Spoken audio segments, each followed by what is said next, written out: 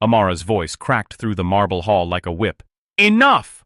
Victor Whitmore froze, his hand still gripping her hair, his piercing blue eyes wide with disbelief. Guests at the gala, a glittering sea of gowns and tuxedos, paused mid-laugh, mid-sip of champagne. The chandelier above them trembled slightly, as if acknowledging the sudden, electrifying tension. For the first time, the billionaire's polished, arrogant composure faltered. Amara staggered slightly, her small frame shaking from fear and fury combined. Her hazel eyes, normally lowered in timid submission, blazed with a strength that seemed impossible for someone so young, so small. Victor's jaw tightened. He had humiliated countless employees, orchestrated entire lives around his amusement. Yet here was a girl, barely 20, breaking through his armor with a single, fiery word. Victor released her abruptly, and she stumbled forward, clutching the hem of her black maid's uniform, worn thin at the seams. The crisp white collar and cuffs were slightly smeared from earlier spills, yet she carried herself with a strange dignity. "Do you even hear yourself?" he sneered, trying to regain control, his voice smooth but trembling at the edges. "I hear everything, Victor," she whispered, her voice steady now. "I hear your cruelty, your arrogance, your obsession with breaking everyone around you. I won't let you anymore." A hush fell over the room. Whispers rippled through the elite crowd, but no one dared step forward.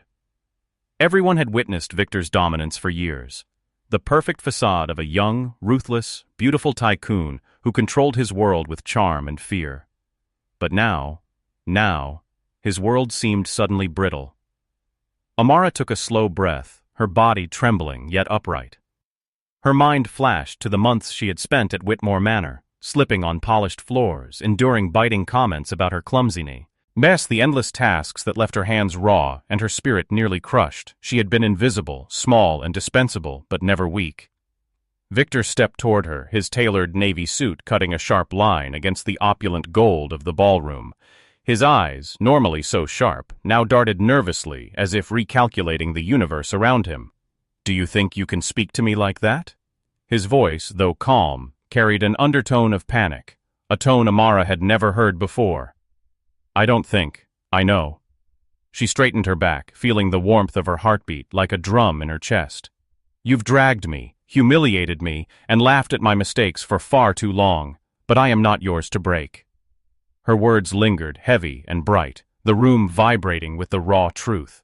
Victor's hand twitched involuntarily, brushing against the cold marble banister as he realized that no charm, no wealth, no social dominance could undo the courage in that single, trembling voice. In that moment, Amara remembered her family back home, her younger brother who depended on her, the quiet resilience that had sustained her through hardships far greater than spilled champagne or a raised eyebrow from a wealthy man. The thought lent her a strange power, a certainty that she could not have felt before. Victor's lips parted, as if to speak, but words failed him. His entire persona, so meticulously cultivated over years, wavered. He had been used to compliance, to submission, to the silent fear that bowed every employee, every guest, every person in his orbit. And yet here she stood, clumsy, soft-spoken, small, but unbreakable. The chandelier light caught the sheen of sweat on his forehead, highlighting the tension in his sculpted features. The world had shifted subtly, imperceptibly, yet unmistakably. Amara's bold defiance had cast a spotlight on his cruelty, and for the first time, he felt something he had long believed impossible: doubt. In a corner, a timid but observant housekeeper, Mrs. Langston, clutched her hands together. Her face, usually stoic and resigned, displayed a flicker of hope. She had seen this young girl endure endless torment, yet now courage had lit a fire in her that she hadn't dared dream of before. Victor's piercing gaze softened, though his pride fought to resist. "You think you can stand here, after everything?" His voice was a whisper, though it carried the weight of years of dominance now crumbling. "Yes," Amara said, the word firm, yet not without fear. "I can, and I will." For a long moment, the ballroom seemed suspended in time. Chandeliers sparkled, champagne glasses trembled in their holders, and the sound of Victor's heartbeat seemed audible in the tense silence. He looked around at the faces of the elite, some shocked, some quietly approving, all witnesses to a spectacle no one could unsee. Victor turned abruptly, walking to the window and staring out at the manicured gardens. The storm inside him churned, a mixture of disbelief, rage, and, unexpectedly, fear. He had never encountered resistance like this, especially from someone he considered insignificant. The idea that his wealth, beauty, and power might not protect him was foreign and terrifying. Amara exhaled slowly, feeling her body relax slightly, though her mind raced. She had survived countless small humiliations, each one chipping away at her confidence, yet each had prepared her for this exact moment. She had learned patience, resilience, and the quiet art of endurance. Now, all of it coalesced into a single defiant stand.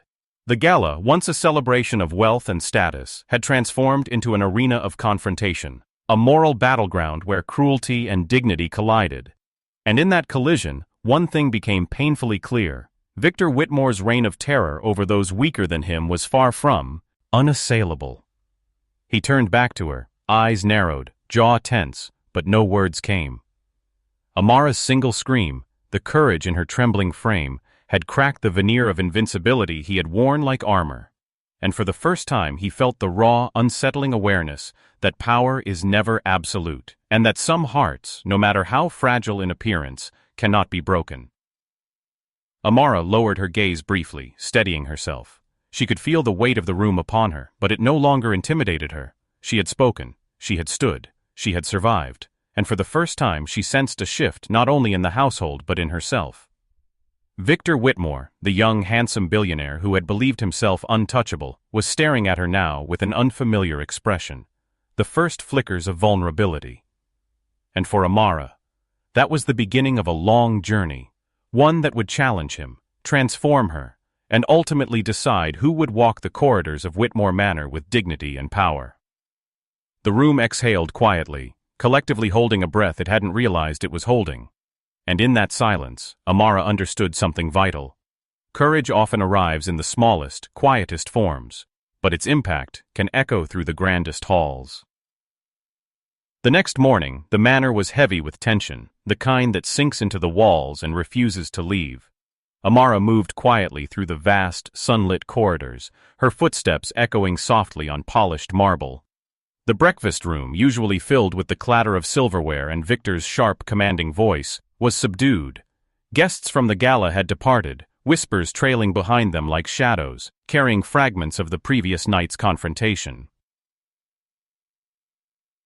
Victor Whitmore appeared at the top of the grand staircase, his tailored navy suit sharper than ever, but his face bore a new strain. The arrogance he wore so effortlessly the night before was now tempered with something unrecognizable, unease. His piercing blue eyes scanned the room, not with authority but with suspicion, as if the world itself had shifted under his feet. Amara adjusted the tray of fresh pastries she was carrying, her hands trembling slightly, though her posture remained upright. The morning sunlight caught the loose curls of her hair, casting tiny halos around her head. She had barely slept, replaying the scream, the intensity of her defiance, the way the room had gone still. For a moment, a pang of anxiety surged. What if the consequences were worse than the relief? But she reminded herself of every insult, every drag, every humiliation that had brought her to this stand. She would not shrink back now. Victor descended the stairs slowly, the marble echoing beneath his polished shoes. He stopped midway, his eyes locking on her, a sharp inhale betraying the tension coiling in his chest. "Amara," he said, his voice carefully even, though the undertone of uncertainty cut through like ice. "Come here." She froze, unsure whether to comply. The last time he had called her forward, it had ended in humiliation, in the sheer terror of his dominance. But now, something had changed, though she didn't yet know what. She took a deep breath, set the tray down on the nearest side table, and walked toward him, each step deliberate. Victor studied her, his jaw tight, fingers brushing absently against the banister. "Do you understand what you did last night?" he asked, voice low. His usual confidence was replaced by something unsteady, as if he were trying to measure the force of a storm before it hit. "I do," Amara said softly, meeting his gaze without flinching. "I spoke because I needed to. I couldn't stay silent any longer." A flicker of emotion passed across Victor's face, surprise, disbelief, maybe even a hint of respect, though his pride wrestled with it fiercely. "You could have ruined everything. Your reputation." My reputation. His words faltered. He was usually fluent in manipulation, capable of bending conversations to his will, yet here he struggled. Amara's hazel eyes, steady and unwavering, met his. You've ruined me every day I've worked here, but I'm still standing. Her voice, quiet yet firm, cut through the tension. I will not let fear decide my life. Victor's shoulders stiffened. He turned abruptly, striding toward the library, the leather of his gloves creaking with each step. Amara followed hesitantly, curiosity mingling with caution. He stopped at the tall oak doors, running a hand along the frame. For a moment he seemed lost in thought, his usual controlled demeanor fractured by the echo of her defiance. You surprised me, he admitted quietly, almost to himself. No one speaks to me like that and gets away with it. Amara paused, unsure how to respond. She had expected anger, reprisal, maybe even threats, but this vulnerability, was disarming in ways she hadn't anticipated. She chose her words carefully. Perhaps the problem isn't me. Perhaps it's how you've treated everyone. Victor's eyes darkened, a storm of conflicting emotions swirling behind them. Shame, irritation, fascination, guilt. He leaned back against the doorframe, running a hand through his perfectly styled hair. I've never had anyone stand up to me, he murmured. Not like that. Not without trembling or begging. Amara felt a strange mixture of caution and empowerment. She had always been small in his world, but now the tables were shifting. She realized that this fragile equilibrium, where fear and obedience had ruled for years, could be disrupted by courage and conviction. Before Victor could respond further, Mrs. Langston appeared, clearing her throat quietly. Her usually stern face softened as she glanced at Amara. Miss Benson, breakfast is served, she said gently, but the subtle nod toward Amara carried approval, a quiet acknowledgement of the previous night's bravery. Victor's eyes flicked toward the sideboard, then back to Amara. Go on, he said curtly, his tone sharper now, attempting to reassert some control. Do your work. Amara inclined her head respectfully, retrieving the tray. But something inside her had shifted. Every step she took, every motion, was imbued with a quiet confidence she hadn't known she possessed. Victor watched her go, a storm of thoughts running through his mind. For the first time, he felt the weight of his own cruelty. Not just socially, but morally. The day unfolded slowly. Amara moved from room to room, carrying out her duties with precision, but no longer with fear. Guests and staff alike stole glances, whispering among themselves about the change in her demeanor. Each look, each whispered word, was a small victory, proof that courage could ripple through even the most rigid hierarchies. Victor remained in the library most of the morning, staring at reports and ledgers with a sharpness that belied his internal turmoil. Every so often, his mind wandered back to the moment Amara screamed, that single, powerful word that had shattered the night's illusion of his invincibility. He found himself analyzing her posture, her expression, the courage that emanated from her every gesture. By late afternoon, tension had settled into a strange, fragile calm. Amara found herself pausing by the grand windows, looking out at the gardens bathed in golden light. She allowed herself a small smile, acknowledging the courage she had summoned. The world had shifted, and though the battle was far from over, she felt a sense of quiet triumph. Victor, watching her from a distance, felt a growing unease. The thought that perhaps his dominance could be questioned or even undone was both terrifying and, in some strange way, invigorating. For the first time in years, he recognized that power was fragile and that the strongest force in the world was not wealth, nor beauty, nor influence, but integrity and courage. The day closed with a tension that refused to fade. The household had witnessed a transformation, not just in Amara, but in the dynamic that governed Whitmore Manor. And as the sun dipped below the horizon, painting the marble halls in amber and gold, it became clear that the events of the previous night were only the beginning. Amara had spoken her truth. Victor had glimpsed his own frailty. And in that collision of fear, courage, and moral reckoning, the first seeds of change had been sown. Seeds that would grow, unyielding, through the cold grandeur of the Whitmore estate.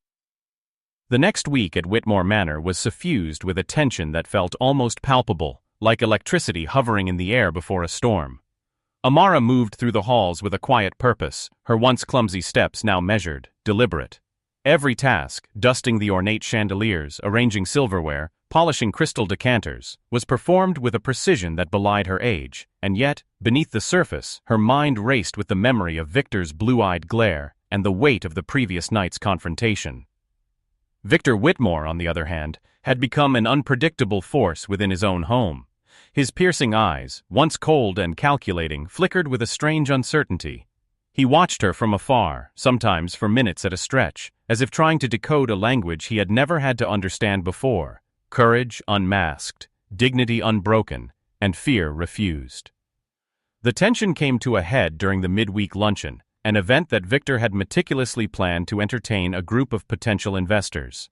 Amara entered the dining hall carrying a tray of meticulously prepared hors d'oeuvres. Her uniform, freshly pressed, clung to her form modestly, but there was an unmistakable aura of confidence in her posture, a quiet defiance that drew the eyes of more than just Victor. Victor leaned against the mahogany sideboard, surveying her movements. His jaw, usually tight with control, was now a battlefield of emotion, irritation, fascination, perhaps even a grudging respect. "Watch the tray," he muttered to her sharply, though the words lacked their former venom. Amara's hands trembled for only a moment, the memory of his hand on her hair flashing briefly before she steadied herself. She placed the tray down with exacting care, catching the eye of one of the younger socialites, who looked on with barely disguised curiosity. Whispers floated across the room like faint perfume. "Did you see her? She's unafraid." Victor's irritation flared. His pride could not abide being observed in moments of uncertainty. He stepped forward, brushing past her with a casual arrogance that felt brittle, manufactured. "Clumsy again, Amara?" he asked, his voice sharp. But she met his gaze, her hazel eyes unwavering. "I'll be careful," she replied, the simple words carrying a calm authority that unsettled him more than any verbal retort could. The luncheon began, and as Victor entertained his guests with smooth, practiced charm, Amara moved discreetly among them, her service impeccable. Yet subtle mistakes, minor slips that would once have sent her into Victor's wrathful spiral, were now met with a peculiar silence. Victor's blue eyes followed her every move, betraying a cocktail of emotions he could not name. Midway through the luncheon, disaster, or perhaps fate, struck. A waiter stumbled, sending a crystal decanter of water crashing toward the floor. Amara reacted instantly, lunging to intercept it, only to collide with the edge of the table. Glasses tipped, water spilled, and the room held its collective breath. Victor froze.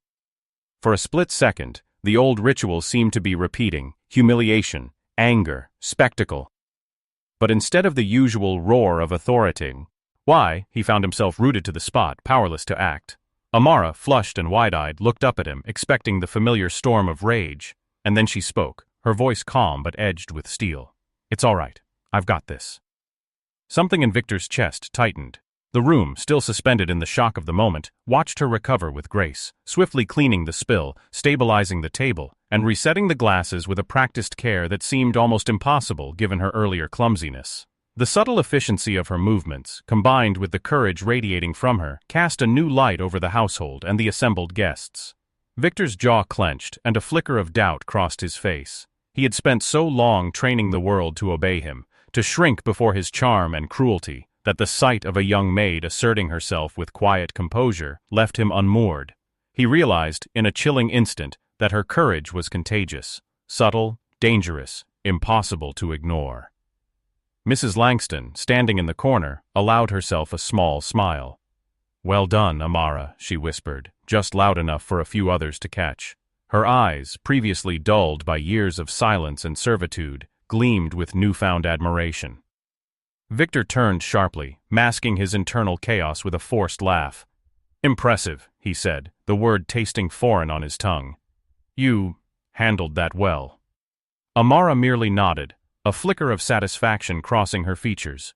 She had survived another test, not by hiding or shrinking, but by standing tall in a world that sought to belittle her. Every guest in the room now regarded her with a mixture of awe and curiosity. She was no longer invisible. The day stretched on, each interaction charged with the tension of unspoken challenges. Victor, for the first time in years, found himself questioning his methods, his crew, Elty, his assumptions about power. And Amara, though still young and inexperienced, began to understand that courage was not a single act, but a series of choices, each small victory a brick in the foundation of her own strength. As evening fell, casting golden light through the grand windows of Whitmore Manor, Victor retreated to his private study. He stood at the desk, hands gripping the edge, eyes tracing the elegant chaos of the luncheon in his mind. He could not deny the truth. Amara Benson had shifted something fundamental in the household, something he had believed immutable. For Amara, the day ended quietly. She returned to the servant quarters, exhausted but elated. Each step, each careful motion had been a test, and she had passed. Her reflection in the small mirror caught her unsteady smile, her hazel eyes alight with the thrill of survival and the thrill of power slowly awakening within her. The seeds of transformation had been planted in the gilded halls of Whitmore Manor, and though neither Victor nor Amara could yet fully grasp the consequences, one thing was certain: the old order, built on fear, cruelty, and unquestioned authority, was beginning to crack. Amara had survived the first wave of humiliation. She had reclaimed her dignity. And somewhere deep in the marble and glass of the manor, a young billionaire had begun to understand that the consequences of cruelty were far more personal and far more dangerous than he had ever imagined. The week following the luncheon brought a subtle, almost imperceptible shift in the rhythm of Whitmore Manor.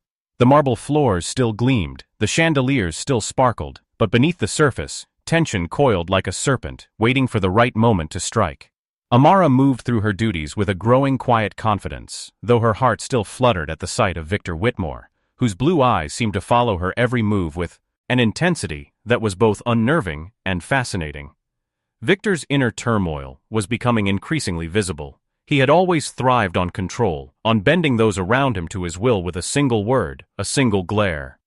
But Amara, young, fragile, clumsy Amara, had shattered that illusion with one scream, and each day since had reinforced her quiet defiance. The thought of her confidence, her dignity, gnawed at him relentlessly, disrupting the seamless arrogance he had long cultivated.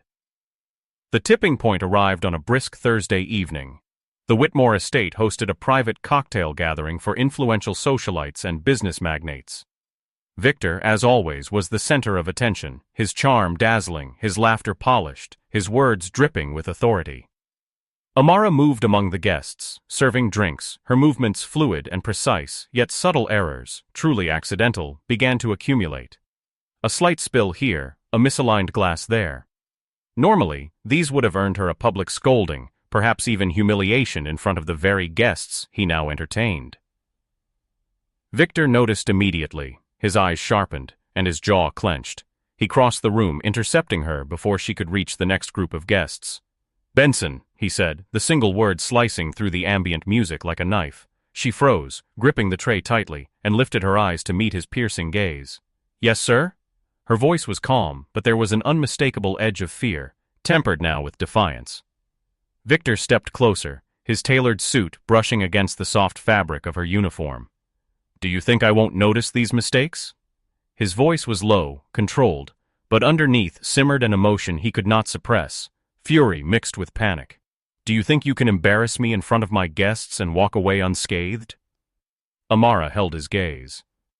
"I don't seek to embarrass anyone," she said quietly, her hazel eyes steady. "I am doing my job. If mistakes happen, I correct them. That is all." Victor's expression twisted. His lips pressed into a thin line, and his blue eyes narrowed. He had never been challenged like this, not publicly, not privately, and certainly not by someone so young, so seemingly powerless. "Do you realize what you're doing?" he demanded. "You're testing me." "I'm not testing you," she said, her voice rising slightly, yet still measured. "I'm simply existing in this space with dignity. Is that so difficult for you to accept?" For a heartbeat, the world seemed to hold its breath. Victor's hand twitched, a movement barely perceptible, yet charged with years of control and rage. He had never felt powerless, until now. Guests shifted uneasily, sensing the tension, while Amara's quiet composure radiated a strength that made them sit a little straighter, breathe a little deeper, and witness something extraordinary, a reversal of power. Then came the moment of accident that would ignite the final chain of events. A glass slipped from Amara's hand, not due to clumsiness, but to a subtle misalignment of the tray, and shattered against the marble floor. The sharp sound cracked through the room, silencing conversation, halting movement. Victor's face contorted in shock, fury, and instinctive blame. He reached for her by the arm, but she stepped back instinctively, meeting his stormy gaze without flinching. "You will answer for this," he hissed, his voice low, dangerous. Amara drew a breath, her entire being vibrating with suppressed emotion. She remembered every moment of humiliation, every insult, every tug on her hair, every sneer. And for the first time she acted not out of fear or caution, but with deliberate defiance. Her voice rang out clearly over the shocked silence of the room. "Enough!" The single word was not timid, nor was it trembling. It was absolute, imbued with every ounce of pain, fear, and courage she had endured. The sound reverberated through the gradient and hall, stopping Victor mid-motion. Guests froze, their eyes wide, realizing for the first time the true nature of the power struggle they had silently observed for months. Victor's face drained of color. His hand, which had been poised to grab her, dropped slowly to his side. The weight of the room's collective gaze pressed down upon him, and for the first time, the billionaire realized the enormity of his actions, not just toward Amara, but toward everyone who had suffered silently under his dominance. Amara stood firm, her small frame trembling, yet unyielding. She did not raise her voice again. She simply waited, letting the power of her defiance sink into the opulent space, into the minds of everyone present. Victor's blue eyes searched hers, trying to reclaim control, trying to strike fear. But it was gone. The fear that had bound her, that had once made her small and silent, was replaced with a dignity so undeniable that it could not be ignored. The room held its breath, and then, slowly, Victor Whitmore stepped back. The arrogance, the control, the charm, all faltered under the weight of that single word. Guests murmured, shifting in their seats, some with newfound respect for the maid who dared to speak. Others looked at Victor with something akin to disbelief, seeing him, for the first time, as fallible. Mrs. Langston, standing near the far wall, allowed herself a quiet, almost imperceptible smile. Amara had done it. She had taken the first step toward dismantling the tyranny that had ruled the Whitmore household for far too long. Victor's chest heaved subtly, a storm of pride, fury, and unexpected fear churning within him. He could feel his carefully constructed persona cracking, splintering under the truth of Amara's courage. And for the first time, he understood something he had never allowed himself to consider. Power without respect is fragile. Fear see and command obedience, but only courage commands change. Amara's gaze softened slightly, her lips curving into the faintest of smiles. She had faced him once more, and this time she had not only survived, she had shown that dignity and courage could stand against cruelty and arrogance no matter how entrenched. Victor, the young billionaire who had believed himself untouchable, now faced the reality of a force far stronger than money or beauty, the resilience of a human spirit unwilling to be broken. And in that moment, the first real shift in the hierarchy of Whitmore Manor occurred. The days that followed Victor's public unraveling at the cocktail gathering were charged with a tension that refused to dissipate. Whitmore Manor, with its gleaming marble floors and towering chandeliers, had become a silent battlefield, each room echoing the unspoken struggle between fear and courage, control and dignity. Amara moved through the halls with a confidence that was now unmistakable, her once clumsy steps deliberate, her hazel eyes steady. Every small task she performed, polishing silver, arranging flowers, serving tea, was done with precision, but more importantly, with quiet authority. Victor Whitmore, for his part, was in disarray. The gala and luncheon had been warnings. The cocktail incident had been a public shattering of the facade he had so meticulously maintained. He paced the study late into the night, the polished floorboards echoing under his expensive shoes, fingers brushing over spreadsheets and financial reports without seeing them. He could not rid himself of the image of Amara's unwavering gaze, the single word that had shattered his control, the quiet fire in a girl he had always dismissed as fragile and insignificant. The household had begun to notice. Staff who had previously scurried silently, heads bowed, now exchanged cautious glances, some emboldened by Amara's example. Mrs. Langston, ever the observant, Matriarch nodded subtly to Amara in the corridor, a small approving gesture that carried immense weight. Other servants, timid yet hopeful, whispered in corners, drawing strength from the young maid who refused to be broken. Then came the turning point, an evening dinner in the Grand Hall, hosted not for investors but for Victor's inner circle of family and longtime associates. The table was set with gleaming silver and crystal, the scent of roasted meats and fresh bread filling the cavernous space. Amara moved among the guests, refilling glasses, adjusting napkins, her every action precise, almost ceremonial. Victor's blue eyes followed her relentlessly, a storm brewing behind them. He had tried to regain control with cold glances and clipped words, but it was futile. Amara's quiet authority had become a force in the manor, visible to everyone present, undeniable in its presence. As the meal progressed, a minor accident occurred. A small goblet tipped over on its own, spilling wine across the pristine white tablecloth.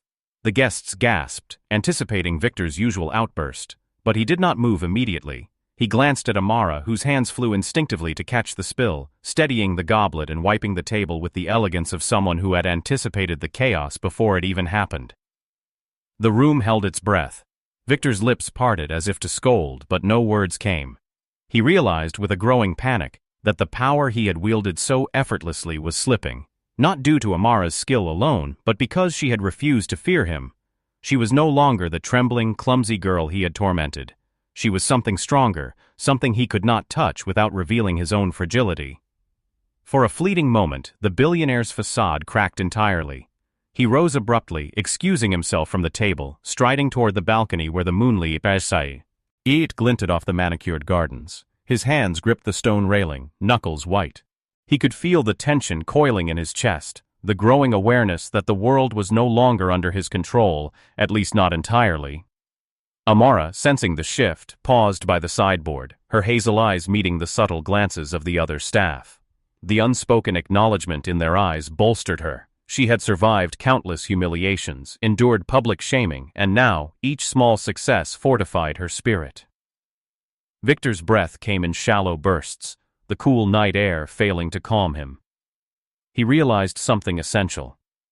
He had underestimated her. Not just as a maid, but as a human being with courage, dignity, and unbreakable resolve. Every insult he had thrown, every cruel jest, every act of dominance had been met with patience, endurance, and now, defiance. In that silent balcony moment, the young billionaire felt an unfamiliar sensation: fear. Not the fear of financial ruin or social embarrassment, but the fear of having been defeated morally, emotionally, by someone he had considered inconsequential. His mind raced through every interaction, every cruel word, every moment he had sought to assert dominance. And now, the consequences of his arrogance pressed upon him with unbearable weight. Meanwhile, back in the dining hall, murmurs of admiration rippled among the guests and staff. Amara had not merely survived another test, she had commanded respect without raising her voice, without theatrics, simply by embodying a strength that could not be ignored. The room, once a stage for Victor's domination, now vibrated with the quiet triumph of a young woman refusing to be broken. That night, as the staff retreated to their quarters and the guests departed, Amara allowed herself a moment of reflection. She looked into the small mirror in her room, the faint moonlight illuminating the tired lines of her face and the gleam of determination in her hazel eyes. She had faced Victor Whitmore again and again, and each encounter had strengthened her resolve. The mansion, with all its grandeur and intimidation, no longer held power over her. Victor, alone on the balcony, stared into the gardens below, grappling with a revelation that unsettled him to his core. Power had always been his language, control his weapon. Yet here was a young maid, not wealthy, not influential, and not expected to endure or resist, who had shown him the fragility of arrogance and the strength of courage. The battle lines within Whitmore Manor were now drawn, not with fists or fury, but with dignity, courage, and the quiet assertion of humanity. And for the first time, Victor Whitmore understood that to confront Amara Benson was to confront a truth he had long ignored, that cruelty, no matter how lavishly adorned or cleverly wielded, could be undone by the steadfast heart of someone who refused to be broken. The stage was set for the inevitable reckoning, and both master and maid would soon face a confrontation that would change the course of the mansion and their lives forever. The storm that had been quietly building in Whitmore Manor finally erupted one evening in the grand ballroom, a space Victor had always used to showcase his wealth, charm, and control. Tonight, it would become the arena for reckoning. A private gathering of the household staff and a few lingering guests from Victor's recent events had assembled, unaware that the tension simmering between Victor and Amara Benson was about to reach its boiling point. Amara moved through the room carrying a silver tray of drinks, her posture steady, her hazel eyes scanning the crowd with a calm awareness. The chandeliers overhead cast fractured light across the polished floor, catching the delicate patterns of her uniform and the subtle lines of her youthful face. She had spent weeks mastering her composure, learning to navigate Victor's unpredictable temperament without fear, yet always with grace. Tonight, that training would be tested. Victor Whitmore entered the room with his usual polished stride, tailored suit impeccable, hair perfectly in place. Yet there was a tension in his shoulders, a sharpness in his blue eyes that hinted at the internal turmoil no one had ever seen before. His hand brushed against the edge of the grand piano, fingers flexing as if seeking some anchor. "You," he said abruptly, his gaze locking on Amara. "Come here." She approached, tray in hand, her steps deliberate, careful.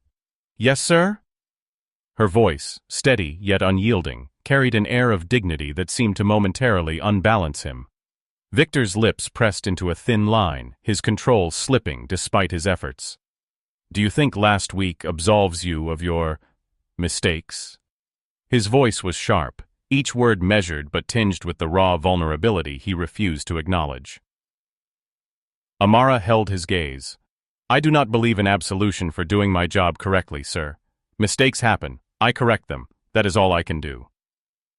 A hush settled over the room. The other staff, the remaining guests, and even the housekeepers who had long feared Victor's wrath, paused to witness the confrontation. Victor's jaw tightened, the familiar rhythm of his dominance faltering as he struggled to regain the upper hand. Then, as if scripted by fate, a minor accident occurred. A crystal glass tipped from Amara's tray. Not her fault, truly, but enough to set Victor's instincts ablaze. He lunged toward her, eyes flashing with the familiar cruel intent, ready to assert control as he had countless times before. But Amara, anticipating the motion, did not shrink. Her hazel eyes blazed, her small frame trembling yet unyielding. She lifted her chin, her voice slicing through the ambient murmur of the room with absolute clarity. "Enough!" The single word resonated like a thunderclap. Victor froze, mid-step, hand inches from her shoulder.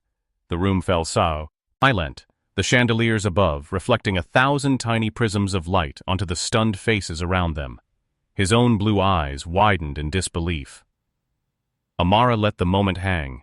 Every humiliation, every cruel word, every tug of her hair, every mocking laugh that Victor had directed at her, every one of them was distilled into the unwavering courage she now displayed. She did not flinch, she did not shrink, she did not beg. She simply stood and let the truth of her dignity fill the room. Victor's hands dropped slowly to his sides. For the first time in his life, the meticulously controlled billionaire felt powerless. Not financially, not socially, not physically. The power he had wielded like a weapon was meaningless against the quiet authority of a human spirit refusing to be broken. The guests and staff, long silent witnesses to Victor's cruelty, now shifted uneasily, realizing the gravity of what they were seeing. Whispers spread, some in awe, some in relief, as the hierarchy of the mansion began to crumble. Mrs. Langston, standing near the far wall, allowed herself a subtle, approving nod. Amara had done it. She had taken the ultimate stand, not with anger, not with cunning, but with unshakable courage. Victor's chest heaved subtly, his usual composure shattered. The arrogance that had defined him for years was now replaced with something unfamiliar, the raw, suffocating awareness of moral defeat. His lips parted, but words failed him. He had underestimated her, dismissed her, tried to break her, and now he faced the consequences of his cruelty laid bare before everyone present. For a long moment, neither spoke. The room held its collective breath, witnessing the reversal of power in real time. Then, almost imperceptibly, Victor dropped to his knees, a gesture of submission that stunned all who watched. the polished billionaire, the master of control and fear, bowed. Before the small, trembling yet defiant maid he had tormented for months. Amara's hazel eyes softened slightly, her lips curving into a quiet, dignified smile. She did not raise her voice again. She did not berate him. She simply allowed him to confront the consequences of his actions, to feel the weight of every cruelty he had inflicted. The moral victory was complete, not through vengeance, but through the undeniable strength of character she had cultivated against impossible odds. The household shifted subtly that night. Respect replaced fear, whispers of admiration replaced murmurs of gossip, and even the elite guests, accustomed to Victor's dominance, found themselves reassessing the man before them. Power, they realized, was fragile when wielded without empathy. Courage, even from the smallest and most unlikely source, could topple empires built on fear. Amara, though exhausted and trembling, felt a profound sense of peace. She had survived, she had endured, and she had claimed her dignity. Victor Whitmore, meanwhile, remained on the floor of the grand ballroom, grappling with a reality he had never known. That wealth, beauty, and influence could not shield him from the consequences of cruelty, nor could they extinguish the fire of someone unwilling to be broken. The confrontation had ended, the reckoning had begun. And in the grand, glittering halls of Whitmore Manor, a new order was emerging, one built not on fear, but on respect, courage, and the undeniable triumph of the human spirit. The following days at Whitmore Manor were unlike any the household had ever experienced. The grand halls, which had long echoed with the cold authority of Victor Whitmore, now hummed with cautious curiosity and whispered speculation. Amara moved through the estate with a newfound poise, her every gesture precise, yet unassuming. The once overpowering tension of Victor's presence had diminished, replaced by an uneasy, fragile respect from those who had witnessed her defiance. Victor himself was a study in turmoil. He no longer stormed through the corridors with unchecked arrogance. Instead, he prowled silently, his blue eyes flicking toward Amara with a mixture of frustration, fascination, and something softer, perhaps guilt. The moral defeat he had experienced in the grand ballroom lingered, a bitter taste that refused to dissipate. His reflection in mirrors and windows seemed foreign. The polished billionaire, unshakable in social gatherings, now appeared brittle, exposed. The household staff, emboldened by Amara's courage, began to speak in whispers, sharing subtle acts of defiance and small triumphs that had previously been unthinkable. Mrs. Langston, ever the observant matriarch, encouraged them, fostering a quiet revolution of respect and dignity. Amara's influence spread silently but powerfully, reshaping the dynamics of the mansion. One afternoon, Victor called her into his study, a room usually reserved for financial negotiations and private indulgences. The massive oak doors closed behind her with a soft thud, and he gestured for her to sit across from him. Amara's heart beat faster than usual. The memory of her public confrontations with him was still raw. Yet she remained composed, sitting upright, her hands folded neatly in her lap. Victor studied her, his fingers drumming lightly against the polished desk. "Amara," he began, his voice uncharacteristically hesitant. "I need you to understand. I've never encountered someone like you, not anyone in my life. Your resilience, your dignity, it's unsettling." Amara remained silent, her hazel eyes steady, her calm demeanor a mirror to his uncharacteristic vulnerability. He took a deep breath, the tension in his shoulders easing slightly. "I've been cruel," he admitted softly, almost to himself. "I've been harsh, unjust, and I see now how my actions have affected you, and everyone in this house." Amara's lips curved faintly, a gesture of acknowledgement rather than triumph. "Acknowledgement is a start, sir," she said quietly. "But true change comes from action, from respect, from seeing people as more than tools or obstacles." Victor's eyes softened, a flicker of humility breaking through the storm of arrogance that had defined him for years. "I want to try," he said, the words heavy with sincerity. "I don't know if I can fix what I've done, but I want to learn from you." Amara felt a ripple of cautious hope. She had always been aware of the challenge before her, not merely to survive, but to inspire change in a man who had wielded cruelty as effortlessly as breathing. "Learning is difficult," she said softly. "But it's possible." if you're willing to confront yourself honestly, without excuses, without deflection." Victor nodded slowly, absorbing her words. For the first time, he felt the weight of true accountability, not just to his guests, not just to society, but to the human beings he had demeaned and harmed. In the days that followed, subtle transformations began to take root. Victor's interactions with the household staff softened. He began addressing them with measured politeness, listening more than he commanded, observing rather than controlling. Mistakes, when they occurred, were met with guidance rather than derision. Slowly, the oppressive atmosphere of Whitmore Manor began to lift, replaced by an emerging sense of mutual respect. Amara, though still young and modest, recognized the beginnings of change not just in Victor, but in the culture of the estate. Her own confidence deepened, not only in her ability to withstand cruelty, but in her capacity to inspire it. Each interaction became a quiet lesson in dignity, resilience, and moral courage. One evening, as she stood by the windows overlooking the moonlit gardens, Victor approached quietly. He hesitated, then spoke, his voice almost tentative. "Thank you for standing your ground, for showing me that power without empathy is meaningless." Amara's hazel eyes met his and she nodded softly. "It's not about thanks, sir. It's about understanding. For all of us, including you." Victor remained silent for a long moment, reflecting on the journey that had brought them to this point. The arrogant, untouchable billionaire who had once dragged her by her hair and humiliated her before guests now stood before her, humbled and introspective.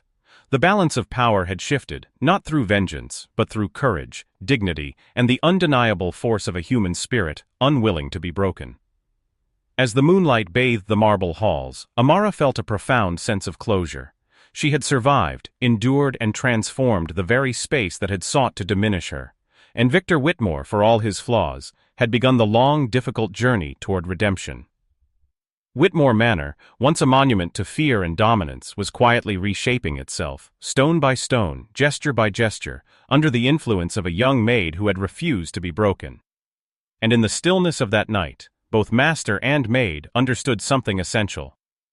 True power lies not in wealth, cruelty, or control, but in courage, respect, and the willingness to confront the truths of one's own heart.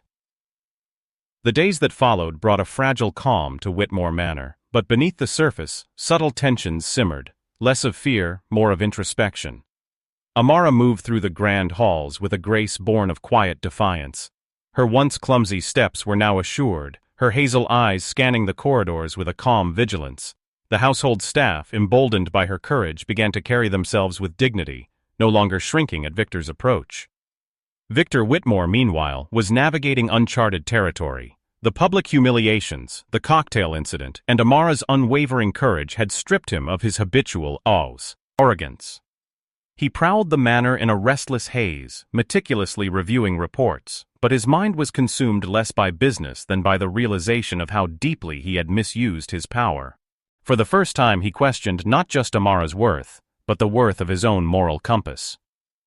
The turning point came during a late afternoon when a charity event was scheduled in the manor's ballroom. Wealthy donors and socialites had gathered, unaware of the fragile new dynamics between master and maid. Amara was assigned to oversee the final preparations, arranging floral displays, placing silverware, and ensuring the staff moved efficiently. Her every movement was precise, calm, and assured. Victor observed from a distance, his piercing blue eyes following her every motion. He noted how she corrected minor errors with composure, how she diffused potential chaos with a simple gesture or a calm word. His chest tightened as he realized that his power over the household had shifted, not through intimidation, but through the quiet authority of someone he had underestimated. Then, a minor disaster struck.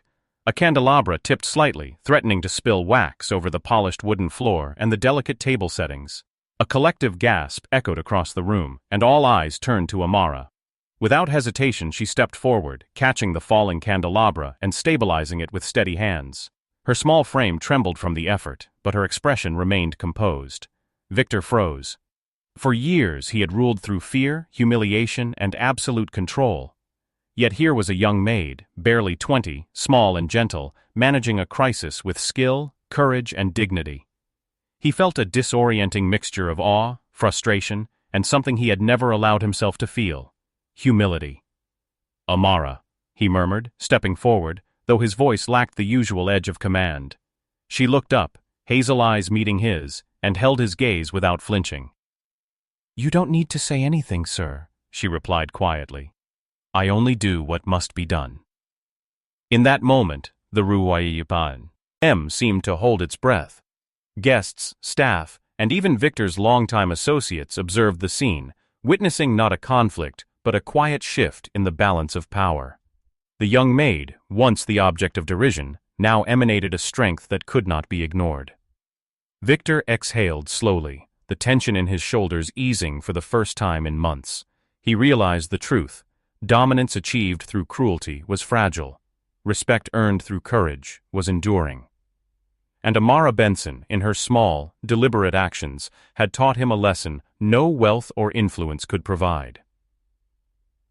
Later that evening, as the manor emptied and the guests departed, Victor sought Amara in the quiet corridors.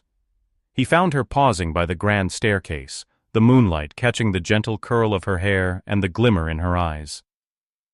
"Amara," he began, voice low and unsteady, I don't know how to properly acknowledge what you've done, not just in front of the guests, but in front of me. You've shown a strength I've never encountered." Amara inclined her head slightly, a faint, dignified smile touching her lips. "You don't need to acknowledge it, sir. Actions speak louder than words, and I believe in doing what is right, not what is recognized." Victor's chest tightened. He had spent a lifetime commanding obedience, yet here was a girl who had taught him the power of moral courage. For the first time, he understood that real authority did not come from fear, wealth, or beauty. It came from respect, integrity, and the quiet force of a brave heart. The two of them stood in the moonlit corridor, the grandeur of Whitmore Manor surrounding them, but it no longer felt oppressive. The mansion, like its master, was beginning to transform. And in that stillness, both realized the profound truth. Change was possible, redemption achievable, and courage, even in its smallest, gentlest form, could topple even the tallest walls of arrogance and cruelty. Amara returned to her quarters that night, exhausted, but filled with a deep, quiet satisfaction. She had endured, she had confronted injustice, and she had begun to reshape the very culture of Whitmore Manor. Victor, alone in his study, stared at the polished desk, reflecting on the lessons of the past months. The young maid who had once seemed fragile had become the mirror in which he could see his own flaws, his own potential for change, and the value of empathy he had long neglected. Whitmore Manor, once a temple of fear and dominance, was now a place of cautious respect and emerging humility, and both master and maid understood that the journey was far from over.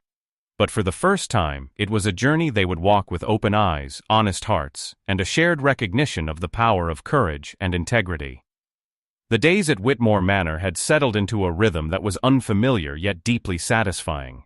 The oppressive tension that had once defined the estate had begun to lift, replaced by a tentative equilibrium. Amara moved through the halls with a quiet, unshakable confidence.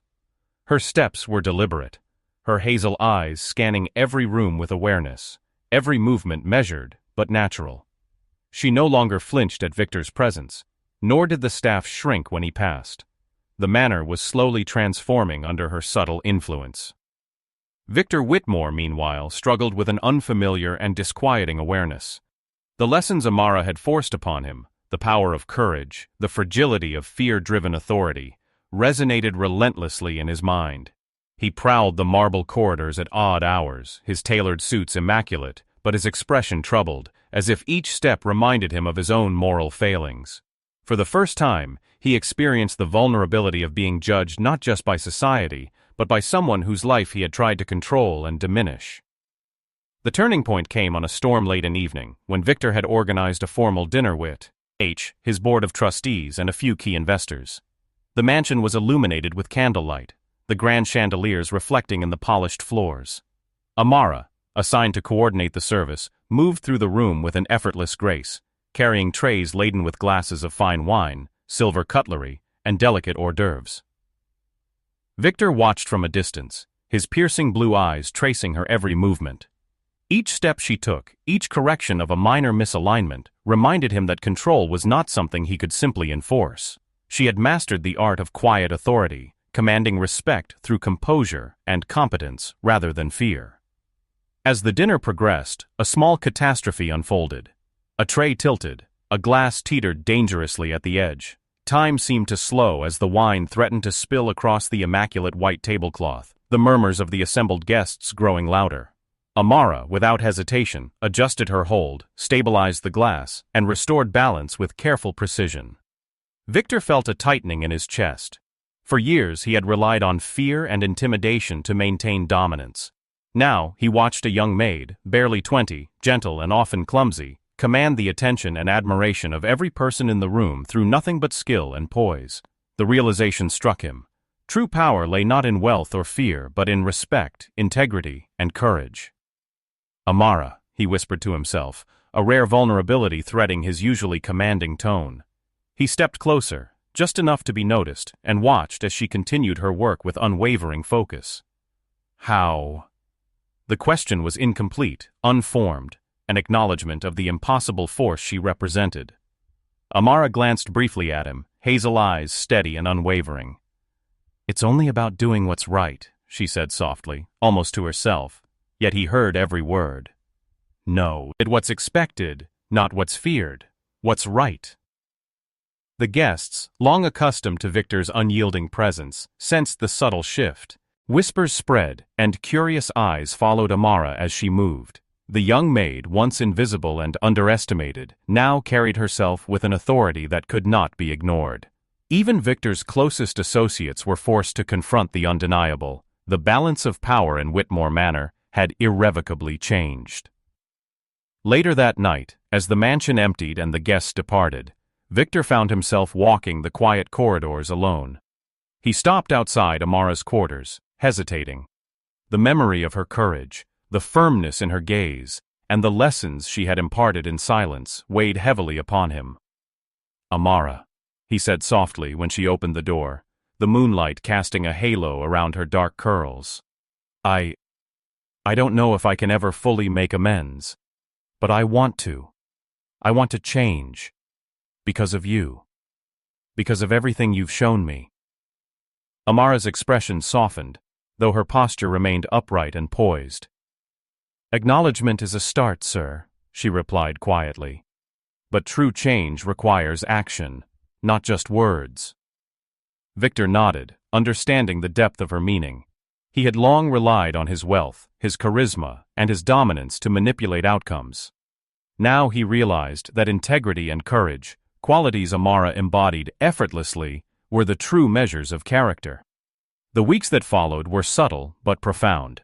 Victor began engaging with the staff differently, listening instead of commanding, guiding rather than belittling. Mistakes were corrected with patience, not scorn. Amara's influence extended quietly but unmistakably throughout the household. The once rigid hierarchy of fear slowly yielded to a culture of respect. Amara herself felt the quiet satisfaction of triumph, not through vengeance, but through steadfast dignity and moral courage. The young maid who had been dragged, humiliated, and mocked was now a beacon of resilience, shaping the moral compass of Whitmore Manor with every calm, deliberate choice. Victor, alone in his study one evening, reflected on the journey. The polished billionaire who had once seen himself as untouchable now recognized the fragility of cruelty, the resilience of the human spirit, and the redemptive power of humility. He understood that Amara Benson had changed not only the dynamics of his household, but also the man he had been, and the man he could become. Whitmore Manor, once a monument to fear and control, was quietly reshaping itself. Stone by stone, action by action, the house had become a place where courage, respect, and integrity were valued above wealth and intimidation. And in that transformation, both master and maid discovered a profound truth. True strength lies not in dominance but in the willingness to confront one's flaws, honor the dignity of others, and embrace the courage to change. The mansion, bathed in the soft glow of the moonlight, stood as a testament to resilience, redemption, and the quiet, unwavering power of the human spirit. The weeks that followed marked a profound transformation within Whitmore Manor. The once ominous halls, echoing with the footsteps of fear, now carried a quieter, steadier rhythm, a subtle pulse of respect, attention, and dignity. Amara moved among the staff and residents with calm assurance. Her small frame, once overshadowed by intimidation, now carried an undeniable authority. Every gesture, from arranging crystal decanters to straightening silver cutlery, radiated quiet precision. The staff, inspired by her courage, began to emulate her calm decisiveness, their fear of Victor Whitmore slowly dissipating. Victor himself was a different man in these days. The arrogance that had once defined him, the cold cruelty he had wielded with effortless precision, had been replaced by a cautious self-awareness. He walked the halls in tailored suits, impeccably groomed, yet his posture was no longer rigid with entitlement, it was reflective, tentative. Each glance at Amara, each interaction with the staff carried the weight of a man learning humility for the first time. The pivotal moment came unexpectedly during a Sunday afternoon gathering in the manor's sunlit drawing room. Victor had invited a few longtime business associates, men and women accustomed to his ruthless efficiency, to review some investments. The room shimmered with opulence, gold-trimmed furniture, Persian rugs, and the faint scent of fresh flowers. Amara was assigned to serve refreshments, her movements precise, her hazel eyes scanning the room, aware of every potential mishap. Victor observed quietly from the far side of the room, his blue eyes fixed on her. He noticed the subtle ways she corrected small imbalances in the table settings, the calm efficiency with which she managed the staff around her. Each careful motion, each measured step, reminded him of her resilience, the same resilience that had forced him to confront his own cruelty weeks ago. Then, the moment of test arrived. A silver tray tilted slightly as a waiter bumped into a table, threatening to spill glasses of wine across the linen. The room froze, anticipating disaster. But Amara's hands moved instinctively. She caught the tray, stabilized it, and righted the glasses without a single drop falling. Her small frame trembled faintly from the effort, but her expression remained composed, her movements controlled and decisive. Victor felt an unexpected surge of emotion, admiration, relief, and the lingering sting of humiliation he had experienced in previous encounters. He realized, more sharply than ever, that Amara's strength was not in confrontation or defiance alone, but in the quiet confidence with which she claimed her dignity. "Amara," he said softly, stepping closer as the room's murmurs settled into silence. You've shown all of us something extraordinary. Not just its skill, but courage and integrity." Amara's hazel eyes met his. "I've only done what must be done," she replied quietly. "Not for recognition, not for fear, but because it's right." The associates, observing the interaction, began to murmur among themselves, their tone shifting from admiration of Victor's wealth to curiosity and respect for Amara's quiet authority. They sensed the shift in power, the subtle but unmistakable change in the household dynamic. For the first time, the young maid was not merely a figure in the background. She was a presence commanding attention, a force that demanded respect without force or intimidation. Victor nodded slowly, absorbing the weight of her words. He recognized the fragility of dominance founded on fear and the enduring power of moral courage.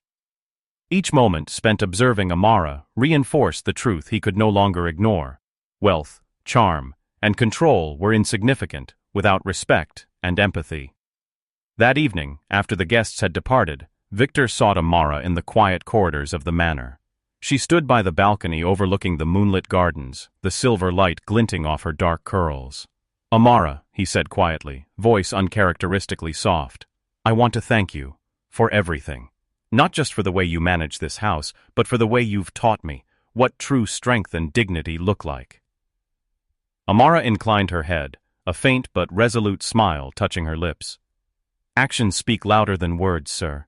The change must continue, not just in you, but in everyone here. That is how dignity is restored." Victor's chest tightened, the weight of her statement pressing upon him. He had been humbled, confronted with a truth he had never considered, forced to reckon with the consequences of his arrogance. And in that quiet moment, he understood that Amara Benson had not merely survived his cruelty, she had formed the very heart of Whitmore Manor. In the days and weeks that followed, Victor continued to reshape his interactions, guided by the lessons Amara had imparted. He treated the staff with respect, listened where he had once commanded, and confronted his own flaws with an honesty that was both painful and liberating. Whitmore Manor, once a bastion of fear, was evolving into a home built on respect, courage, and integrity. Amara, small yet unyielding, had achieved what many thought impossible. She had reclaimed her dignity, inspired transformation, and exposed the fragility of power rooted in cruelty. The mansion, bathed in moonlight and quiet resilience, stood as a testament to her strength, and to the profound truth that courage and integrity could topple even the tallest walls of arrogance and intimidation. Victor Whitmore, now humbled and reflective, understood the lesson that wealth and dominance had never taught him, that true power lies not in fear, but in respect, empathy, and the courage to confront one's own flaws. And in the quiet grandeur of Whitmore Manor, both master and maid discovered the enduring, transformative force of human dignity. The weeks that followed were marked by subtle yet profound transformations at Whitmore Manor. The mansion itself, once oppressive in its grandeur, seemed to breathe more easily. Its corridors now carried the quiet rhythm of respect rather than fear. Amara moved with calm authority, her hazel eyes alert but serene, her once clumsy movements refined into deliberate, graceful gestures. The staff mirrored her poise, speaking softly but confidently, no longer shrinking under Victor's once unquestioned dominance. Victor Whitmore, meanwhile, was navigating a territory he had never explored: humility. The arrogance and cruelty that had defined him now felt hollow in the face of Amara's unwavering courage. He paced the marble halls late at night, hands clasped behind his back, replaying every incident, the scream that had shattered his control, the spilled wine, the broken hierarchy, and, the lessons embedded in them. Each interaction with Amara reminded him of the fragility of fear-based power and the enduring strength of dignity.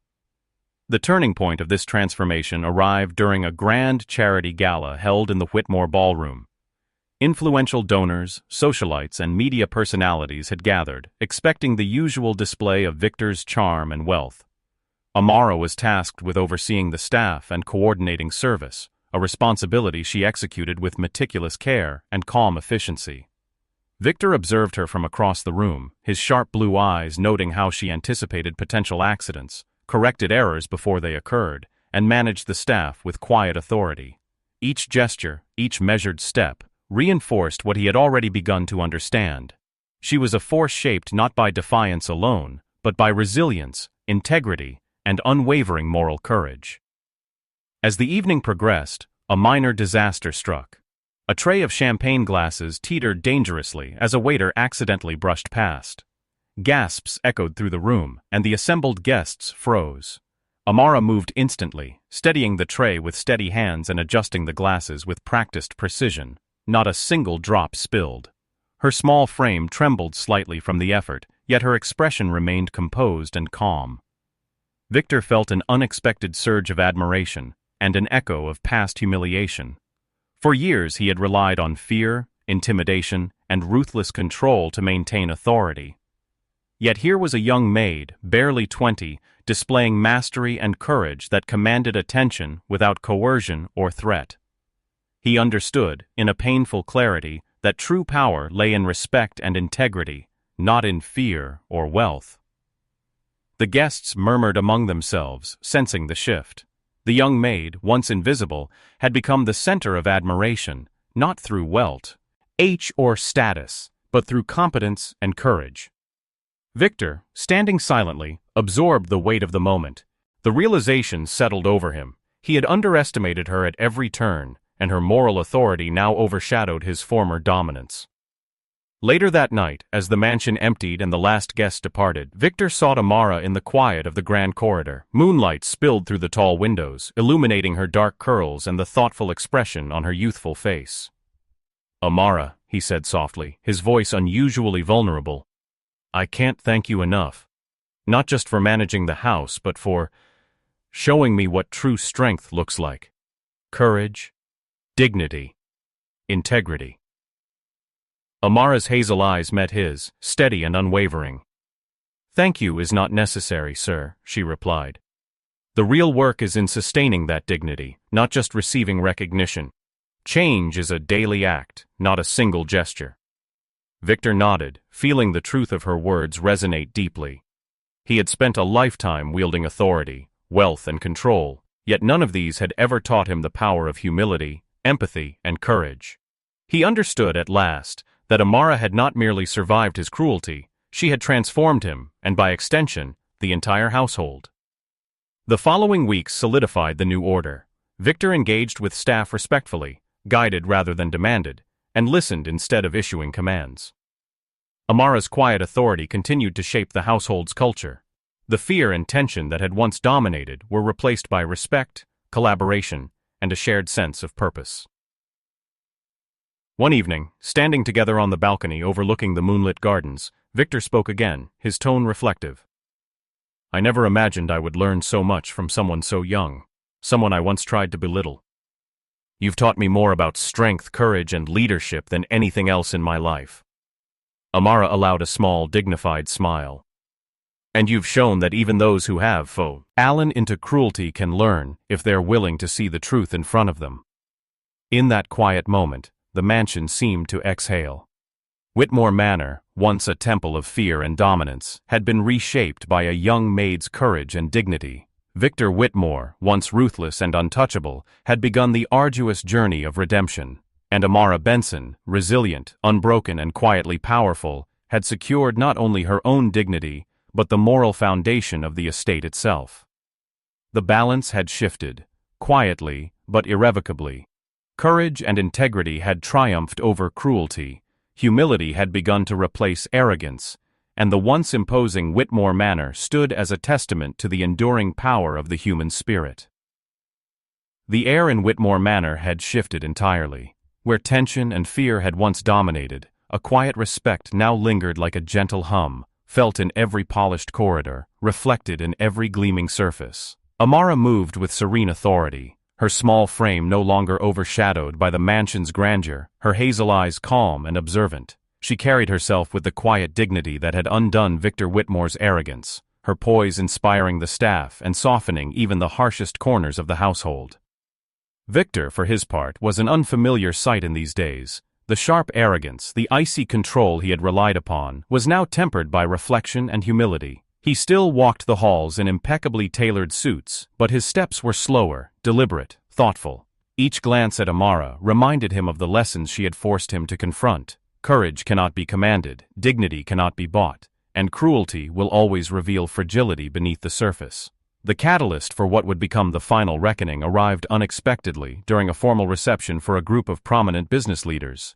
The grand ballroom gleamed with crystal and candlelight, the scent of roses and polished wood filling the air. Amara was responsible for overseeing the staff and ensuring every detail of service went smoothly. Her movements were precise, her demeanor composed, her eyes scanning the room with quiet vigilance. Victor observed her from a distance, noting the subtle ways she corrected small errors, guided hesitant staff, and anticipated mishaps before they occurred. Each gesture spoke volumes about her resilience and competence. Every spilled drink she prevented, every uneven arrangement she corrected, reinforced the truth he had long denied. Amara was far more than the timid, clumsy maid he had once tormented. She was a force of quiet authority, a living testament to integrity and courage. As the dinner progressed, a minor accident occurred. A tray of champagne glasses tilted precariously as a waiter passed, and a collective gasp rippled through the room. Amara reacted instantly, steadying the tray, realigning the glasses, and preventing disaster with swift precision.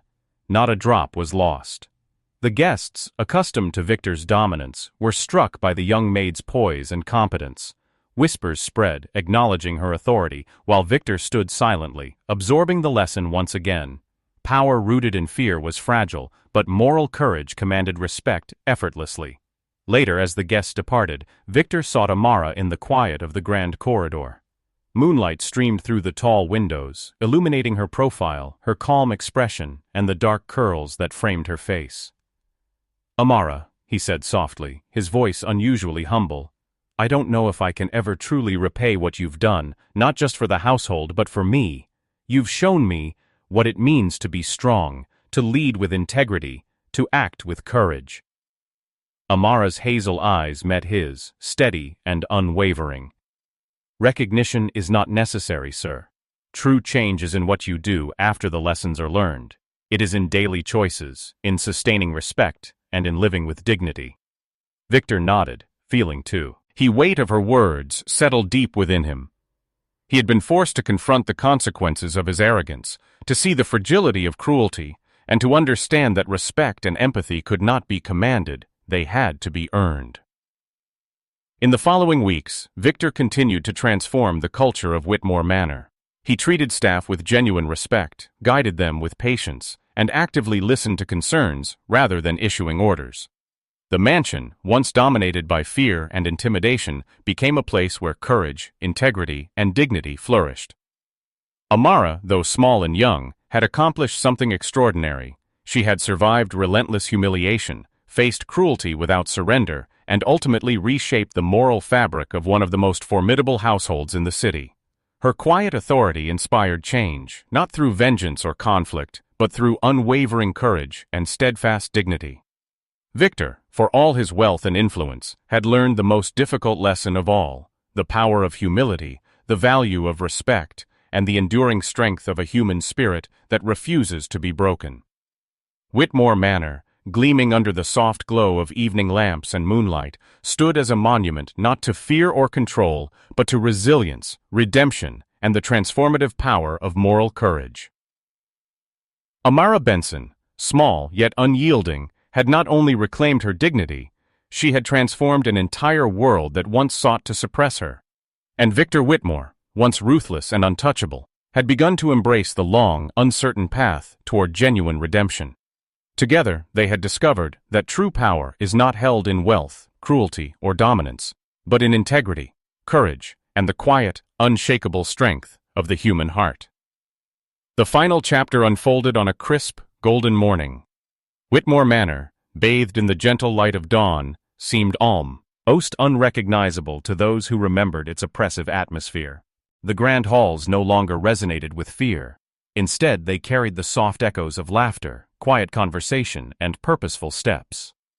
Amara moved through the corridors with serene confidence, her small frame carrying an air of unassailable dignity. Her hazel eyes, bright and steady, reflected the depth of all she had endured and overcome. Victor Whitmore watched her from the study window, the morning sun glinting off his tailored suit. The once impenetrable billionaire now felt a humility he had never known, tempered by the lessons of months past. He had come to understand that wealth, charm, and dominance could never substitute for integrity, respect, or courage. Amara Benson had forced him to confront himself in ways no business deal, social engagement, or public accolade ever could.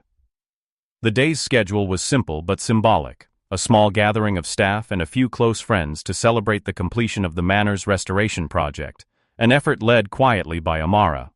For the first time, Victor invited her to sit beside him at the head of the table, a gesture both deliberate and symbolic. She accepted, her calm presence radiating a quiet authority that demanded respect without a word. As the attendees arrived, they noted the change in atmosphere. The staff moved confidently, guests were greeted with warmth rather than formality, and even the house itself seemed lighter, freer.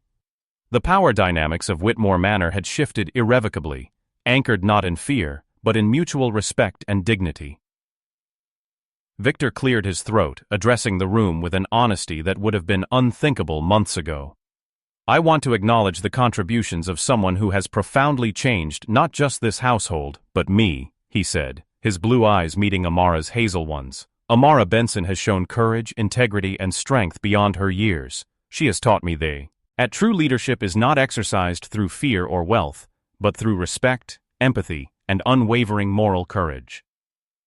A hush fell over the room, and then, one by one, the staff and guests offered nods, smiles, and murmurs of agreement. Amara, poised yet humble, allowed a faint smile to grace her lips. She did not speak immediately. Her presence, calm and assured, said more than words ever could. Finally, she addressed the gathering. "I am honored," she said softly, voice steady and resonant. "But the change is not mine alone. It is ours, collectively. The way we treat each other, the way we act with dignity, the way we choose courage over fear, this is what sustains us, not wealth, power, or status. Victor, feeling the weight of her words, rose and extended his hand toward her. "Amara," he said quietly, "I am grateful for you, and I am sorry for the pain I caused. For the first time, I see that my arrogance and cruelty were unacceptable. I am committed to doing better, from now on." Amara took his hand, her grip firm yet gentle. "Acknowledgement is the first step, but continued action defines the future," she replied. In that moment, the mansion seemed to exhale, a long, collective breath of relief, recognition, and transformation. The oppressive weight of Victor's past cruelty had lifted, replaced by a fragile but enduring equilibrium, one founded on integrity, courage, and mutual respect. Weeks turned into months, and Whitmore Manor continued its quiet evolution. The staff thrived under an environment of trust and dignity. Victor navigated his world with newfound humility, and Amara became a symbol of courage and resilience for all who knew her story. The mansion, once a monument to fear and dominance, now stood as a living testament to the transformative power of moral courage and human dignity. On a clear evening, Victor and Amara walked the gardens together, the moonlight casting gentle shadows across the manicured lawns. The air was crisp, carrying the scent of blooming flowers. Victor spoke softly, almost to himself. "I never thought I could learn this much from someone I tried to belittle. You've changed everything, Amara." She looked at him, her hazel eyes steady and compassionate. "And you've begun to change yourself, sir. That is the most important part. Redemption is not given. It is earned, through action and reflection." Victor nodded, silent for a moment, absorbing the gravity of her words. The mansion behind them gleamed in the moonlight, a silent witness to trials endured, lessons learned, and justice earned, not through vengeance, but through courage, integrity, and unwavering dignity. Amara Benson, small yet unyielding, had not only reclaimed her own honor, she had transformed an empire of arrogance into a home of respect. Victor Whitmore, once ruthless and untouchable, had begun the long path toward genuine redemption, and Whitmore Manor, the stage of countless injustices and triumphs, now stood as a testament to the enduring strength of the human spirit and the quiet, unshakable power of moral courage. The night deepened, and the mansion rested, peaceful at last, as master and maid walked side by side, equal in respect, bound by lessons learned, and illuminated by the promise of a future shaped not by fear, but by dignity and integrity.